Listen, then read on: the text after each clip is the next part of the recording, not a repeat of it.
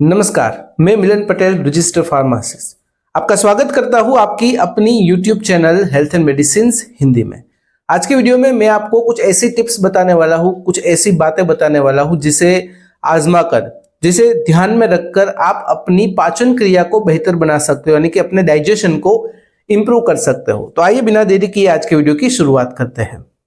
हमारे स्वास्थ्य को अच्छा रखने के लिए हमारे पाचन तंत्र का अच्छे से काम करना काफी जरूरी होता है। देखिए, गुजराती भाषा में एक कहावत है, जेनु पेट साफ एने सर्व रोग माफ। मतलब कि जिन लोगों का पेट साफ होता है, साफ रहता है, मतलब कि जिन लोगों को डाइजेशन से रिलेटेड इश्यूज नहीं होते हैं, उन लोगों को सभी रोग, लगभग सभी रोग माफ होते हैं। मतलब कि उन लोगों को ज्यादातर रोग नहीं होते हैं। तो इस बात का ध्यान रखते हुए हमें हमारे पाचन तंत्र पर ध्यान देना काफी जरूरी होता है। देखिए, जब भी हम खाना खाते हैं तो जो खाना हमने खाया है वह अलग अलग पोषक तत्वों में विभाजित होता है, जिसकी मदद से हमें एनर्जी मिलती है, ताकत मिलती है, हमारे सेल्स रिपेयर होते हैं, सभी हमारे जो वाइटल ऑर्गन्स होते हैं उन्हें काम करने के लिए अच्छे से एनर्जी प्राप्त होती है।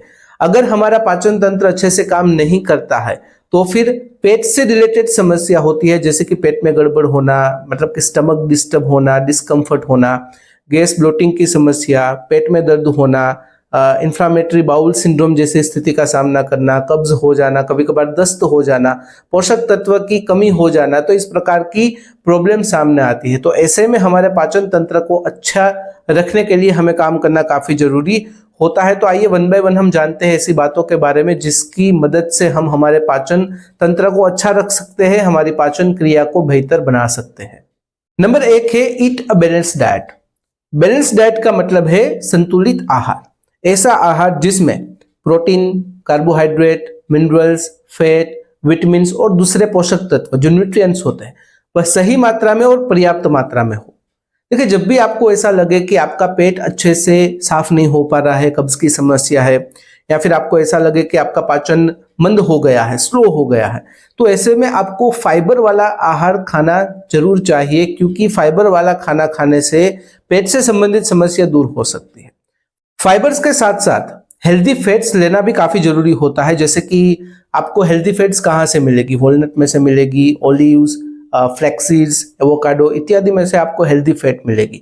हेल्दी फैट खाना इसलिए जरूरी है ताकि जो फैट सोल्यूबल विटामिन है, जैसे कि विटामिन ए, डी, ई और के, उसका एब्जॉर्प्शन आपके शरीर में अच्छे से हो पाए और आपका पाचन तंत्र भी अच्छे से काम कर पाए। नंबर 2 है स्टे हाइड्रेटेड। मतलब कि आपको दिन भर में पर्याप्त मात्रा में पानी पीना है। देखिए, जब भी आप पूरे दिन में अच्छी मात्रा में, पर्याप्त मात्रा में लगभग 8 से 10 गिलास पानी पीते हो तो ऐसे में आपका स्टूल नर्म होता है, इजीली पास हो जाता है और पाचन तंत्र भी तेज रहता है। अगर आप ज्यादा फाइबर वाला खाना खाते हो तो उसके सामने आपको पानी भी ज्यादा पीना है, क्योंकि फाइबर को आपकी डाइजेस्टिव सिस्टम में अच्छे से मूव करने के लिए पानी की जरूरत होती है। नंबर 3 है च्यू फूड थरोली। मतलब कि आपको खाना चबाकर, अच्छी तरह से चबाकर, पूरी तरह से चबाकर खाना है। देखिए, जब भी आप इस प्रकार से खाना खाते हो, मतलब कि खाना चबाकर खाते हो, तो एक तो क्या होता है कि जो खाना है वो छोटे छोटे टुकड़ों में विभाजित हो जाता है, जिससे क्या होगा कि आपका स्टमक और इंटेस्टाइन, उसे राहत मिलेगी, उसे कम स्ट्रेस होगा खाने को डाइजेस्ट करने के लिए। मतलब कि जो खाना है वो अच्छे से पच जाएगा और जो पाचन है, जो डाइजेशन है, उसकी प्रक्रिया है वो फास्ट हो जाएगी।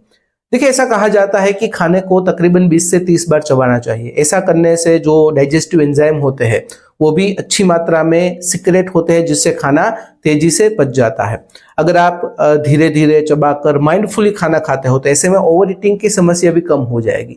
ओवर ईटिंग की समस्या जैसे ही कम हो जाएगी, वैसे पेट से जो भी लगती समस्या है, जैसे कि इंडाइजेशन है, गैस, ब्लोटिंग, पेट में दर्द, कब्ज इत्यादि भी प्रॉब्लम सोल्व हो जाएगी। नंबर 4 है मैनेज योर स्ट्रेस। मतलब कि आपको अपने तनाव का प्रबंध करना है। देखिए, जब भी आप तनावपूर्ण स्थिति में होते हो तो ऐसे में उसकी नकारात्मक असर आपके डाइजेशन सिस्टम पर भी हो सकती है, मतलब कि आपके पाचन तंत्र पर भी हो सकती है, जिसकी वजह से आपको पेट में गड़बड़, गैस, ब्लोटिंग, आईबीएस यानी कि इरिटेबल बाउल सिंड्रोम, कब्ज इत्यादि समस्या हो सकती है। जब भी आप तनावपूर्ण स्थिति में होते हो तो आपका शरीर फ्लाइट और फाइट मोड में चला जाता है, जिसकी वजह से जो एनर्जी डाइजेशन के लिए होती है वह एनर्जी डाइवर्ट हो जाती है। जो तनावपूर्ण स्थिति है, जो आप सोच रहे हो, जो आप स्ट्रेस ले रहे हो, उसे दूर करने के लिए एनर्जी वहां पर वेस्ट हो जाती है, डाइवर्ट हो जाती है। तो ऐसे में आपका पाचन मंद हो जाता है, स्लो हो जाता है। इसलिए अपने स्ट्रेस को मैनेज करके आप अपने पाचन को बेहतर बना सकते हो। ऐसे में आप योगा, मेडिटेशन का सहारा ले सकते हो और माइंडफुल एक्टिविटीज भी कर सकते हो, जिसकी वजह से क्या होगा कि आपका स्ट्रेस कम होगा और आपका पाचन सुधर जाएगा, अच्छा रहेगा। नंबर 5 है रेगुलर फिजिकल एक्टिविटी। अगर आप नियमित रूप से शारीरिक व्यायाम करते हो तो ऐसे में उसकी पॉजिटिव इफेक्ट आपके पाचन तंत्र पर होती है। मतलब कि आपका जो गैस्ट्रोइंटेस्टाइनल ट्रैक है उसमें जो मसल्स होते हैं, अगर आप रेगुलर एक्सरसाइज करते हो तो वो मसल्स में स्ट्रेंथ आती है, मजबूत बनते हैं, जिसकी वजह से जो कॉन्ट्रैक्शन और रिलैक्सेशन की जो प्रोसेस है उसमें स्टिमुलेशन होता है, एनहांस होती है, और जो भी आप खाना खाते हो इजीली जो डाइजेस्टिव ट्रैक है उसमें से पास हो जाता है और आपकी जो पाचन की प्रक्रिया है वो फास्ट हो जाती है, तेज हो जाती है। कुछ एरोबिक एक्सरसाइज जैसे कि रनिंग या फिर वॉकिंग या फिर स्विमिंग आप कर सकते हो, जिससे क्या होगा कि आपका पाचन तंत्र अच्छे से काम करेगा और आपकी पाचन की क्रिया भी बेहतर हो सकती है। नंबर 6 है प्रोबायोटिक्स एंड प्रीबायोटिक्स। हमारे गट में गुड बैक्टीरिया होते हैं, वह गुड बैक्टीरिया को अच्छे से मेंटेन करने के लिए प्रोबायोटिक्स और प्रीबायोटिक्स अच्छे से मदद करते हैं। अगर बात करें प्रोबायोटिक्स की, तो प्रोबायोटिक्स हमारे गुड बैक्टीरिया के बीच में बैलेंस करने के लिए और हमारे डाइजेस्टिव फंक्शंस, हमारे इम्यून फंक्शंस को इंप्रूव करने के लिए काफ़ी जरूरी होते हैं। और जो प्रीबायोटिक्स होते हैं वो हमारे जो गुड बैक्टीरिया है, हमारे गट में जो मौजूद गुड बैक्टीरिया है उसे फीड प्रोवाइड करते हैं, चारा प्रोवाइड करते हैं, ताकि वो अच्छे से पनप पाए और जो पाचन की प्रक्रिया है वो अच्छी रह पाए, तेज बन पाए। नंबर 7 है avoid over eating. Over eating कब होती है? जब आप एक ही बार में जरूरत से ज्यादा मात्रा में फुल स्टमक खाना खा लेते हो तो ओवर ईटिंग की समस्या सामने आती है। ओवर ईटिंग की वजह से पेट में दर्द होना, गैस होना, ब्लोटिंग होना, कब्ज होना इत्यादि समस्या भी सामने आती है। मतलब कि आपकी डाइजेस्टिव सिस्टम डिस्टर्ब हो जाती है। उसके पीछे भी ठोस कारण है। देखिए, जो पर्याप्त मात्रा में आपकी डाइजेस्टिव सिस्टम के अंदर जो डाइजेस्टिव जूस है, जो डाइजेस्टिव एंजाइम है, अगर आप बहुत ही ज्यादा मात्रा में एक ही बार में खाना खा लेते हो, आपकी डाइजेस्टिव सिस्टम ओवरलोड हो जाती है, तो ऐसे में पूरी तरह से आपका खाना डाइजेस्ट नहीं हो पाता है और इनडाइजेशन की समस्या सामने आती है, जिससे सब प्रॉब्लम्स क्रिएट होती है। तो ऐसे में आपको ध्यान रखना है कि जितनी भूख लगी है उससे तकरीबन 15 से 20% खाना कम खाना है। ऐसा करने से आपकी डाइजेशन प्रोसेस फास्ट हो जाएगी और बेहतर हो जाएगी। नंबर 8 है लिमिट प्रोसेस फूड्स। देखिए, प्रोसेस फूड्स में बहुत ही ज्यादा मात्रा में रिफाइंड शुगर होती है, उसमें अनहेल्दी फैट्स होती है, वेजिटेबल ऑयल होता है और कुछ आर्टिफिशियल इंग्रेडिएंट्स होते हैं जो अननेचुरल होते हैं। ऐसे में इस सभी चीजों की वजह से आपका पाचन तंत्र डिस्टर्ब हो जाता है, आपकी पाचन प्रक्रिया स्लो हो जाती है। इसलिए प्रोसेस फूड को ना खाकर या फिर कम खाकर उसे लिमिट में रखकर आप अपनी पाचन क्रिया को तेज बना सकते हो, बेहतर बना सकते हो। नंबर 9 है अवॉइड स्मोकिंग या फिर हम कह सकते हैं अवॉइड टोबैको यूज। देखिए, जो लोग धूम्रपान करते हैं या फिर किसी भी तरीके से तंबाकू यानी कि निकोटीन का सेवन करते हैं, उन लोगों को डाइजेशन से रिलेटेड, पेट से संबंधित समस्याएं होती ही है। देखिए, होता यह है कि जब भी लोग धूम्रपान करते हैं या फिर निकोटीन का सेवन करते हैं तो जो एसोफेगस होता है, एसोफेगस क्या है? ट्यूब लाइक स्ट्रक्चर है जो आपके माउथ को और आपके स्टमक को जोड़ता है।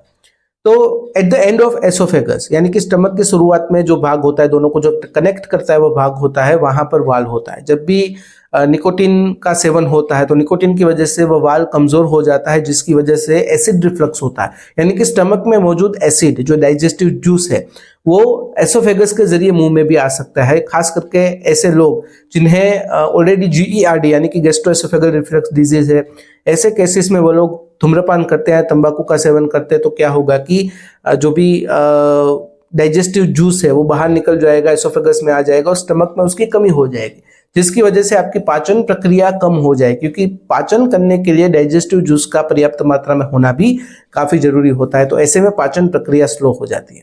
तो अगर आपको अपनी पाचन क्रिया तेज रखनी है, अच्छी रखनी है, तो आपको तंबाकू का सेवन नहीं करना है। कर रहे हो तो बंद कर देना है। धूम्रपान नहीं करना है, कर रहे हो तो उसे बंद कर देना है। तो इस प्रकार से आप पाचन प्रक्रिया को तेज कर सकते हो। नंबर 10 है लिमिट दी अल्कोहल। वैसे तो अल्कोहल का सेवन हमारे स्वास्थ्य के लिए हानिकारक ही है, लेकिन जो लोग बहुत ही ज्यादा मात्रा में अल्कोहल का सेवन करते हैं, ज्यादा मात्रा में शराब पीते हैं, उन लोगों को अगर पाचन प्रक्रिया तेज रखनी है या फिर उसे अच्छी रखनी है तो उसे शराब को छोड़ना होगा या उसे लिमिट में रखना होगा। देखिए, होता है ये कि जब भी आप शराब पीते हो तो ऐसे में जो स्टमक की लाइनिंग होती है, इरिटेट होती है, वहां पर इन्फ्लामेशन होता है और साथ ही साथ जो आपका स्टमक है वो कमजोर होता जाता है, जिसकी वजह से एसिड रिफ्लक्स की परेशानी होती है, यानी कि स्टमक में से एसिड बाहर निकलता है। ऐसे में वहां पर गैस्ट्रिक जूस की कमी महसूस होती है और जिसकी वजह से पाचन प्रक्रिया स्लो हो जाती है, इंडाइजेशन की समस्या होती है। तो ऐसे में अल्कोहल को छोड़कर या उसे लिमिट में रखकर आप पाचन प्रक्रिया को तेज और बेहतर बना सकते हो। नंबर 11 है avoid lying down after eating, मतलब कि खाना खाने के तुरंत बाद कभी भी लेटना नहीं है, कभी भी सोना नहीं है।